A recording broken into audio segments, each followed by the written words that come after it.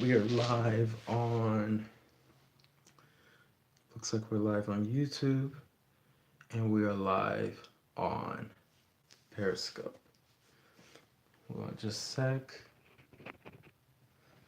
There we go. So to everybody out there, hello, hola, Konnichiwa, Salaam, Ciao Namaste.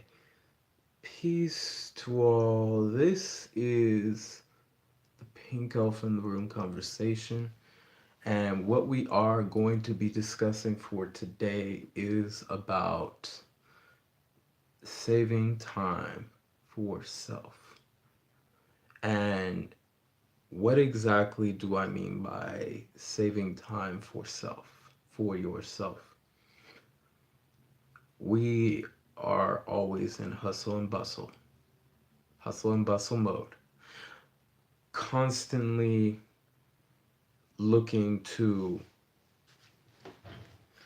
constantly looking to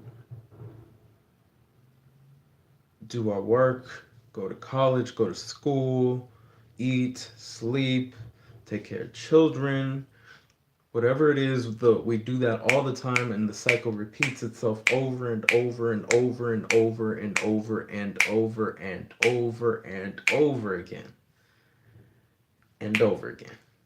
It repeats itself constantly, and I've been asked by many people when it comes to their own situations that I know in my life, what exactly do I do?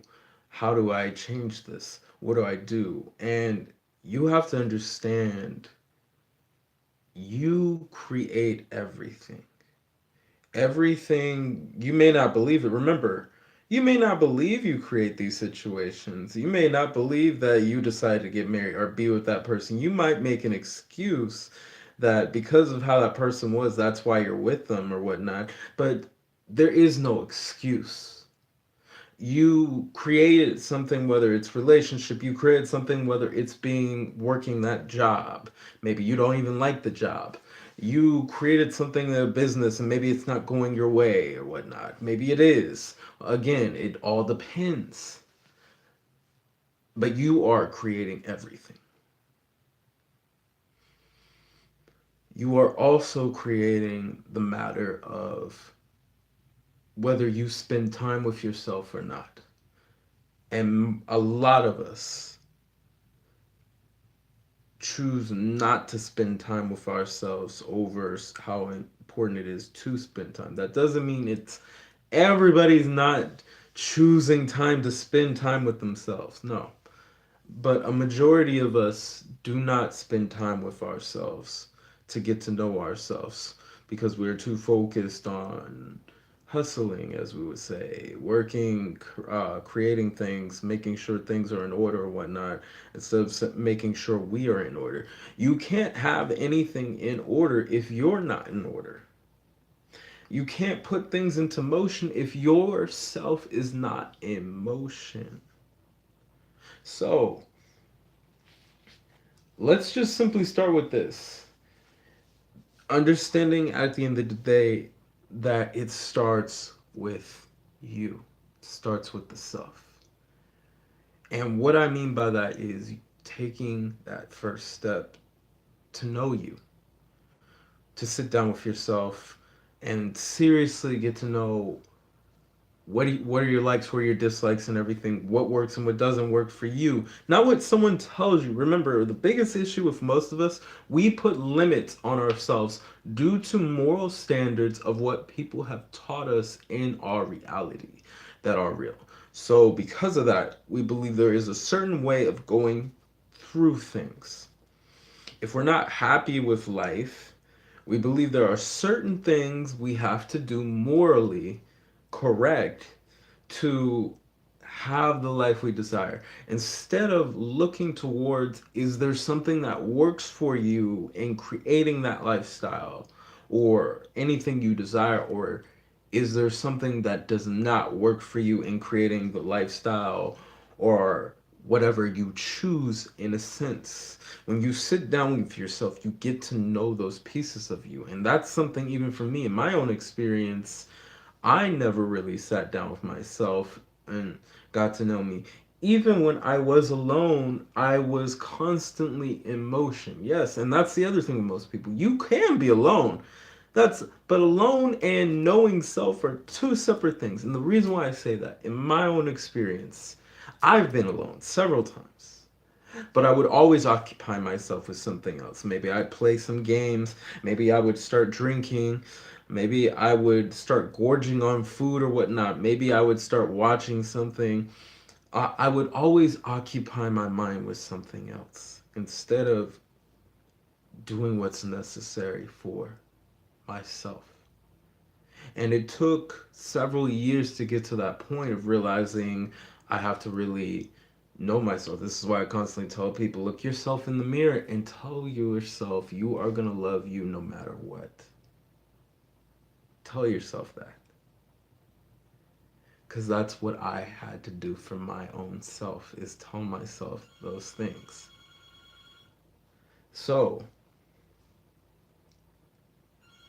what are some ways you can really get to know thyself, know who you truly are, in a sense? First of all, number one, you can simply be still, meditate. As we say before on the show, meditate, don't complicate. Meditation can be key, being still can be key.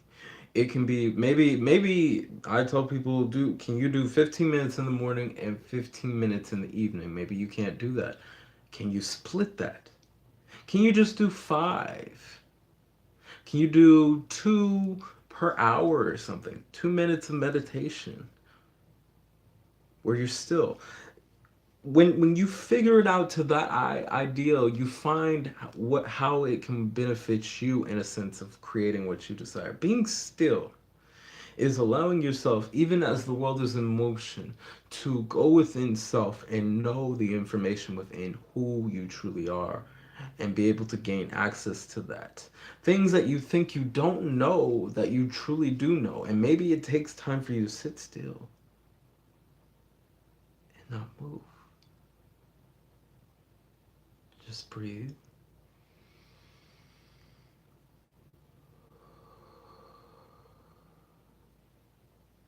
And take that time to know within you how you truly feel. If you are okay or not with whatever you are going through, if there is a frustration in life or whatnot, or maybe there isn't, but looking within self and taking that time. That's important, to take that time to yourself. Number 2, take time somewhere by yourself. And we have Inglewood Born who joined in Wave, and hello.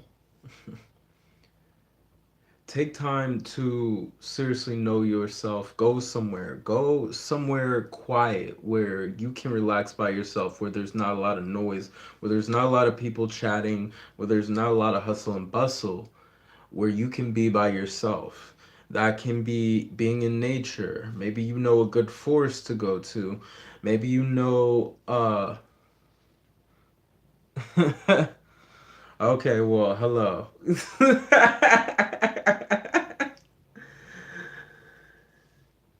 Maybe you know a good place which is quiet for you, somewhere out there that benefits you. Take that time to go to that place and sit there. Whether it's 30 minutes to an hour, go somewhere quiet that you enjoy, that you know you personally, where you can go for peace and quiet, and just relax there. Forget about whatever's going on in life. Forget about bills and everything else that is going on that is freaking you the fuck out or anything. And just stay there and take time to yourself. 30 minutes to an hour at very most to sit down. Me personally, my own experience, I like to go out into nature. I go out into nature And I take time to myself to breathe. And if I can't always do that, of course, I'm always meditating on top of that to make sure I can relax for self.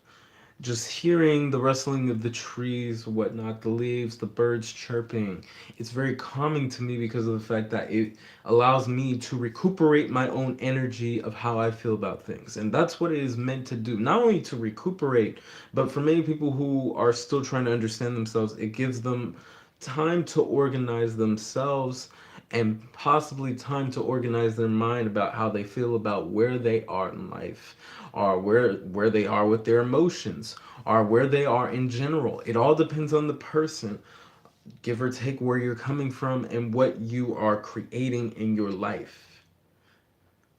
Number 3, just go for a walk or a drive. Sometimes, and I find very often, some people enjoy going for a walk or a drive.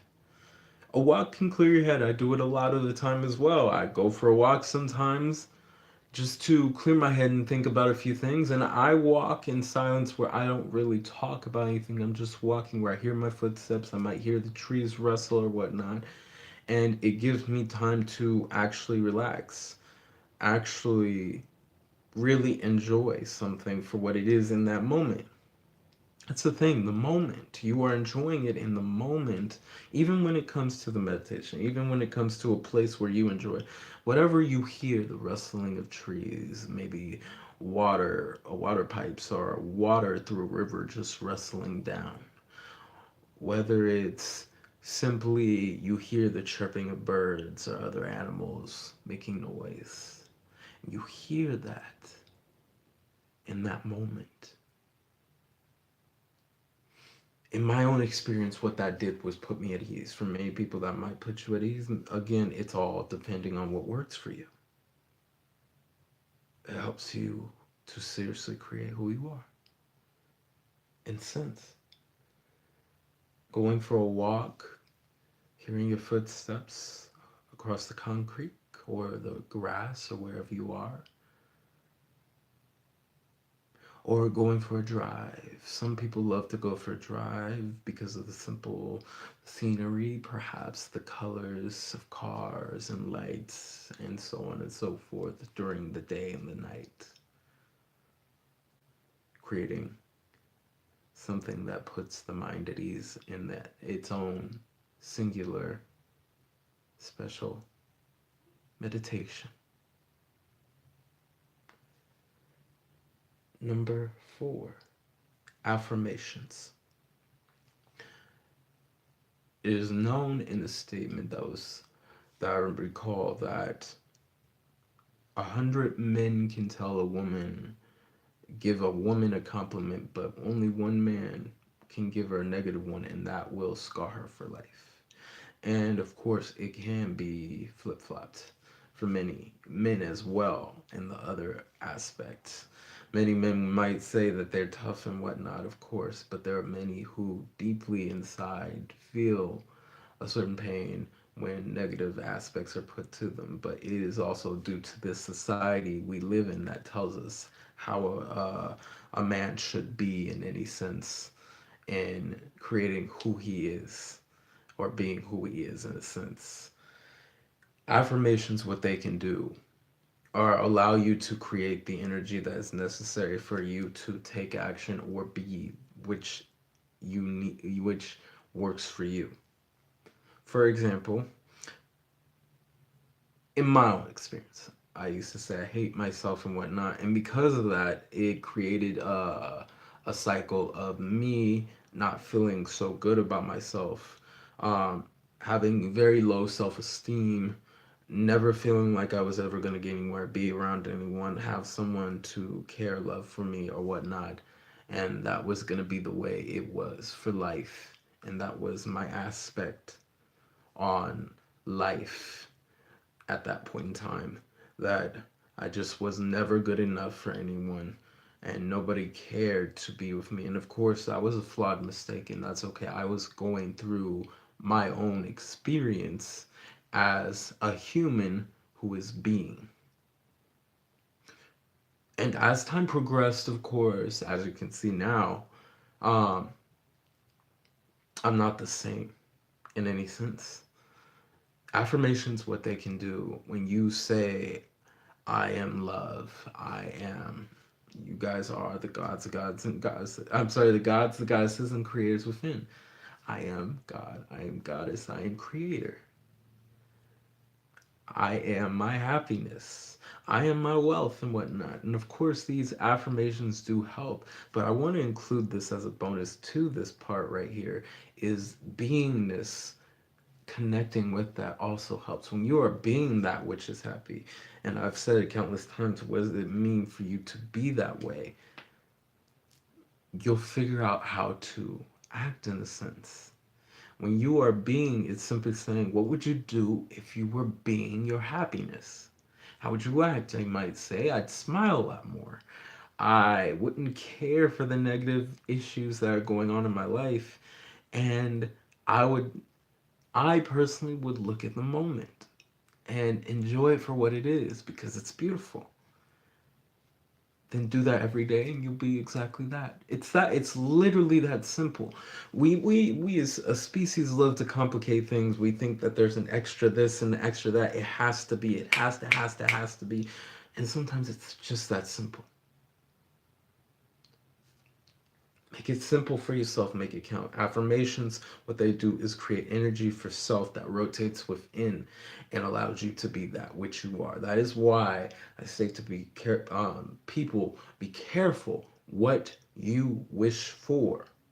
What you state, you bring into your reality. The universe itself creates the words you say exactly exact. When you say, for example, I want something, or I want that cookie, or I want that shirt, you are asking for less. But what it really means in definition, to be clear, is you're only going to get the feeling of wanting that which you do not have,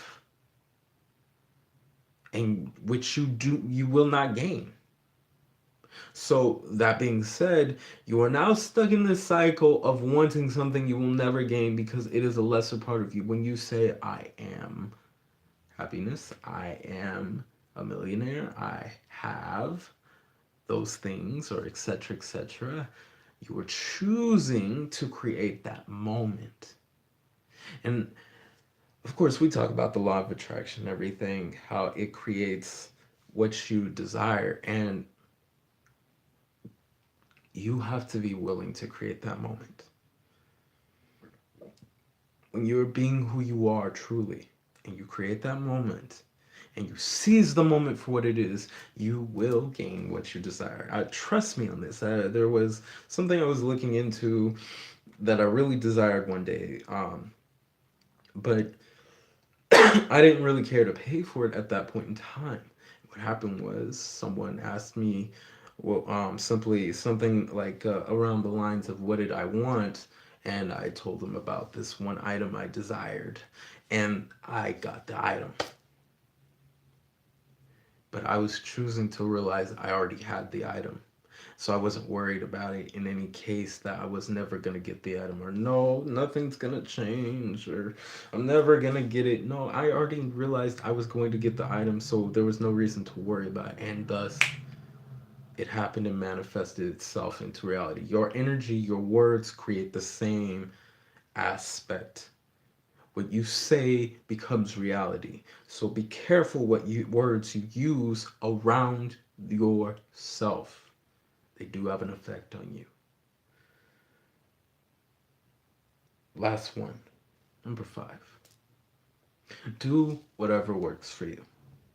Now, I've told you these 4 so far, but the 5th one might surprise you. Then what was the point of the other ones? Sometimes not these may not work for you in any sense, and that is okay. That is for you then to look within self and realize what works for you personally that creates what you desire in life, that allows you to create the fabric of reality that you feel suits who you are in that moment. When you're doing that, it's more beneficial to you. You are now creating something that you feel is beneficial to your reality of what you desire in life. And that is the entire point. Creating your own reality, not somebody else's reality. Not being upset because you followed all the rules and you'll understand why you're not getting what you desire type reality, but the reality you truly do desire. And not due to limitations or moral standard, but what works and does not work for the self. You are the creator. Realize that very closely. You can create whatever you desire. Do not worry about these rules and regulations. Decide on what is going to be beneficial for you to grow in more of being who you are within, truly who you are. So now, in conclusion, what exactly does all of this have to do with the soul in any sense? What this has to do with the soul is there are no limitations to the soul, for one. And knowing yourself is to evolve who you are. We are constantly in rotation of evolving. We do not devolve. You may devolve in the moment due to retrograde and all that, and we'll go over that sometime soon. But you are constantly evolving every day, every moment, every time. And even if you don't evolve in this lifetime of a moment, you will evolve again and again at some point. You will get the message that is necessary for you to evolve into who you say you truly are. Because remember how beautiful, how magnificent, how divine, how creative, how beautiful you all are as the gods, the goddesses, and the creators within. So we end it here for today. But to everybody out there, have a good morning, a great afternoon, and a fantastic evening. To everybody out there, peace and namaste.